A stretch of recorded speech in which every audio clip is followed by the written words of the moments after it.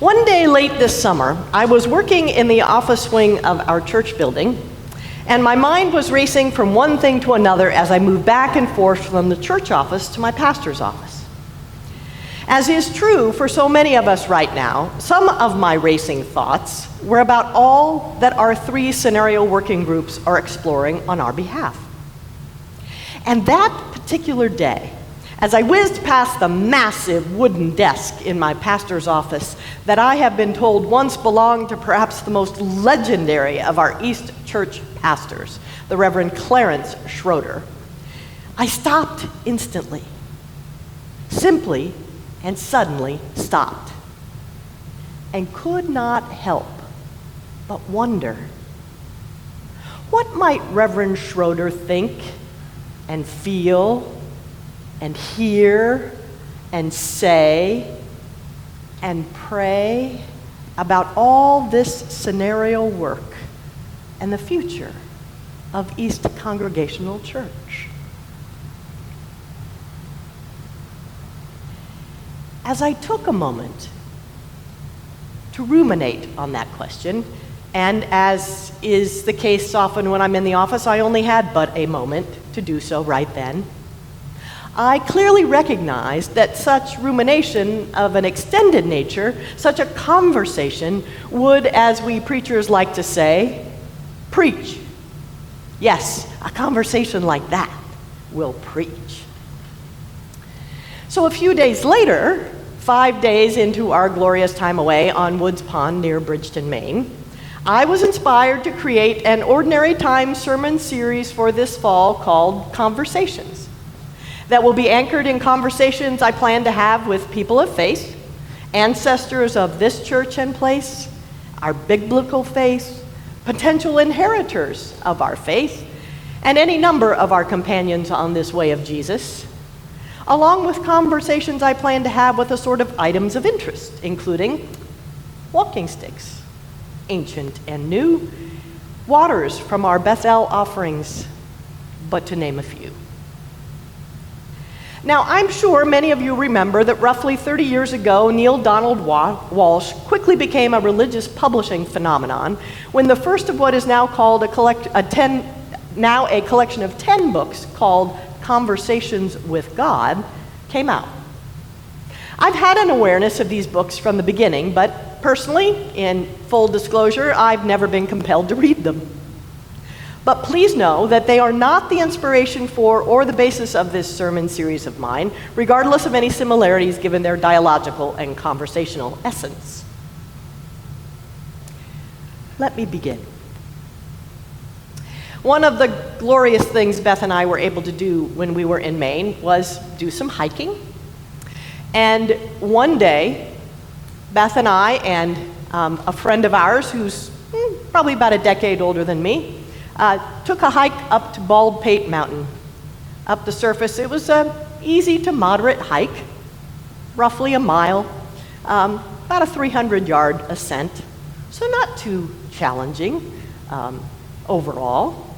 And before we left the car, Renata said she brought her walking stick because she uses one, and she said, I have another one, would either of you like it? And we were like, nah, I don't need that. So fine, and we headed up the mountain.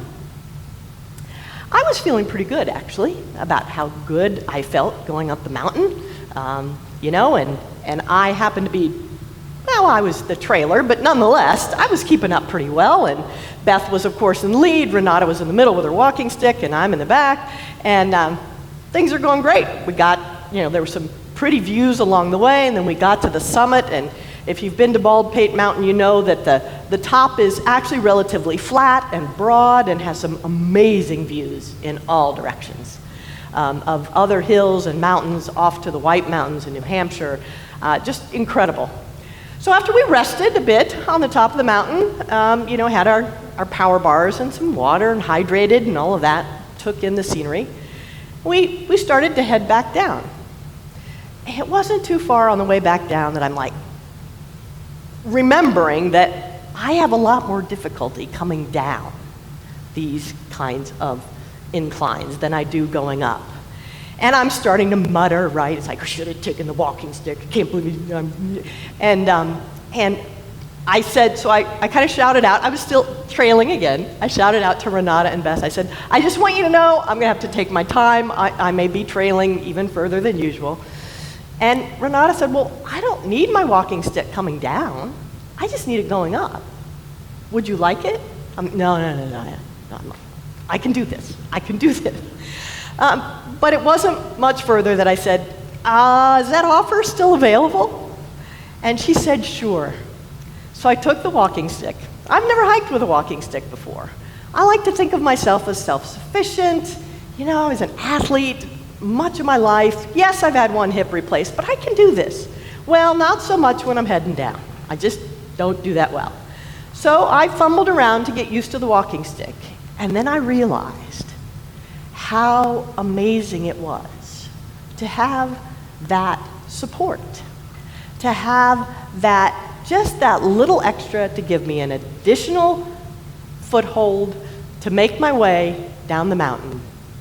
And I thought, okay, so there's more than one lesson here for me, and that is probably a little more humility would be helpful. Probably a little more recognition that, maybe I can't do it all on my own all the time. And also that maybe it really matters that all of us bring something different to the table. We don't have to bring the same thing. Renata needed the walking stick on the way up, and I didn't. I needed it on the way down, and she didn't. So she passed on what she needed when she no longer needed it, and I was able to receive it when I did need it, eventually. So a walking stick. It's on my list. I forgot to get one when I was in Maine, but I plan to get one because I think I'll enjoy hiking more with a walking stick than I do without. And then I got to thinking about walking sticks, and I thought about this amazing one that Oliver made. He made many amazing ones, and I was a lucky recipient of one of them. I'm a little afraid to use it because I don't want to break it, but I think it was probably made to be used, not just looked at.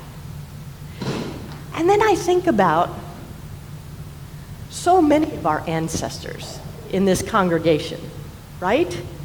And the gifts that they have given us to use, not to look at, but to use. So maybe as we continue on in this scenario exploration and come closer to what will be a congregational vote about the direction of our future as a congregation, maybe we can spend some time thinking about all the gifts that have gotten us to this point. Gifts that we each bring, but gifts that have come before us. So many that have no dollar signs attached. None. Those are the gifts to call on and to bring out, even as we determine where God might be leading us in the future. I have a feeling I'm going to be keeping this pretty present for the next few months, and I hope you will too.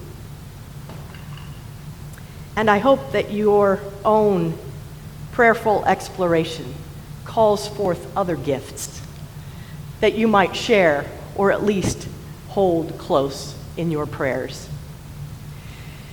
Because it is true that one of the most amazing and cinematic stories in the Bible is Moses with his staff when God says, throw it down, and it turns into a snake.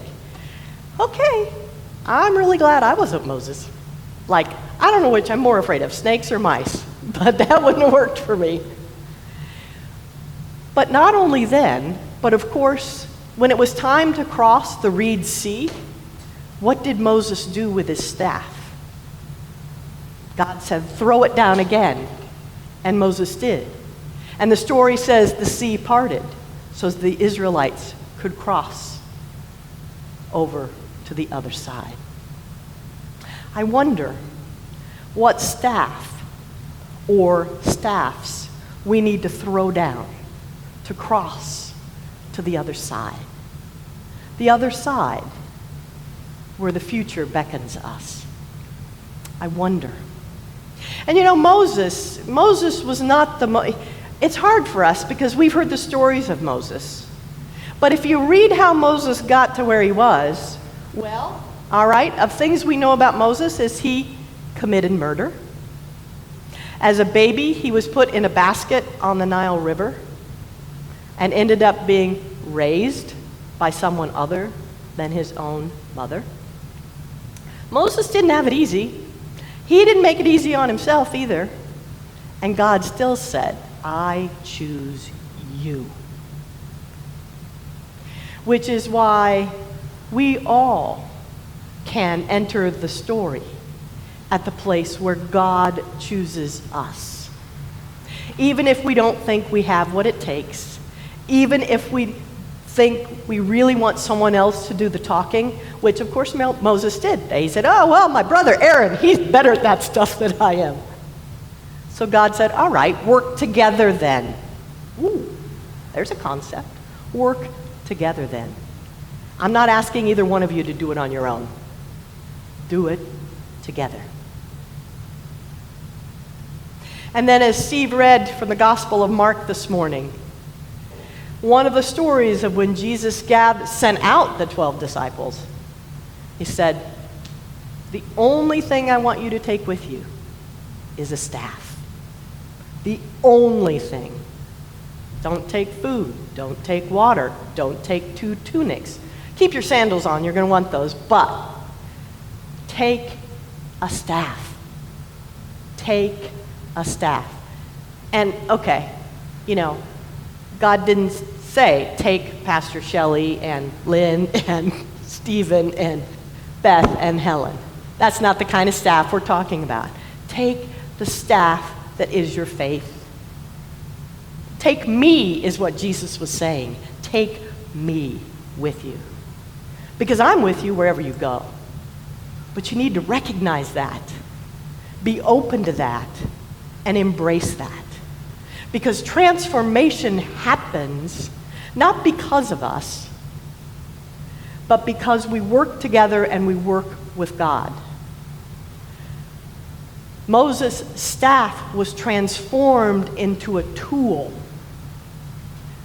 for Moses to lead the people. Jesus said to the disciples, take your staff, and that's all you need, because it will transform how you live and how you teach and how you follow me. Take a staff, your staff of faith. Take Jesus. Take God. Because then, no matter where we go, we've got it to lean on and to lead us and to make the transformation that sometimes seem impossible. Not only possible, but glorious. More than we can possibly imagine. So yes, it's a day to consider walking sticks and staffs. Whether we need to come down the mountain or go up. We're on a journey, you and I. For some of us, it is easier to go up the mountain, and for others, it's easier to come down. May we be mindful of one another's needs and how different they might be from our own. Our cloud of witnesses is so very present for us.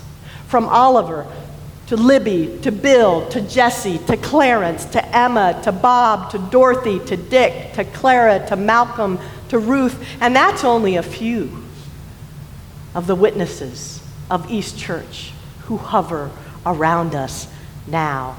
May we have the courage to call on them and their inspiration and love. Yes, our journey includes wilderness.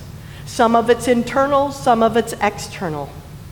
Maybe The wilderness for us is even a bit like it was for Moses. I wonder, can we believe that God is still speaking even to us? Are there prophets in our midst to whom we can and will turn our ears and hearts? And what of Jesus' directive to disciples then and now to take nothing for our journey except a staff, the staff of faith, our faith, your faith, and my faith? Congregational minister and hymnodist Thomas T. Lynch once called our faith an oaken staff, a song of trust, even Jesus the Christ in whom we are called to bend our zealous course to God, the ground of hope, God's very Spirit, all the patient courage we could possibly need. Dearly beloved friends of God, we are one another's present hiking companions on the way of Jesus in this time and place. May we be grateful for each other and our abundant, strikingly varied gifts in this liminal season.